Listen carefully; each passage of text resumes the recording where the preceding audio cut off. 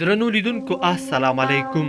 جان آغا بهار پر خپله فیسبوک پاڼه لیکي د وطن دا زوی چې ونړېده بیا د وطن پښه ټینګه نه شوه. هر ځل به چې د دریځ پر سر ودرېده افغان ملت به یې مخاطب کړ چې داسې دښمن سره مخ یاست چې هیڅکله به تاسې پرېږنږدي.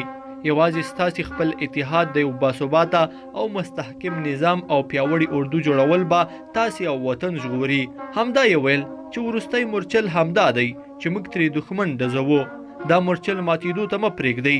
هر جهادي رهبر ته یې لیکونه ولېږل چې وطن مه ورانوئ، مزدوري او غلامي پرېږدئ. راسئ چې باعزته ژوند وکړو، دښمن ته وښایو چې موږ هیڅکله ستاسې نه منو. همدې ګلبدین حکمتیار یې لیک ولېږه. ورته یې لیکلي وو جګړه مه کوه، کابل مه او وطن مه ړنګوئ. راشئ واک یې ستاسې، زه به د وطن د وګړي په توګه خدمت در سره وکړم. خو ګلبدین حکمتیار د لیک پر شا ورته لیکلي وو موږ به کابل ته در ننوځو خو فاتحانه ډول باندې. نن د دې عظیم انسان د شهادت 25م تلین دی. روح یې تل ښاد او پرګوري نور، وطن به بیا داسې زوی ونه مومي.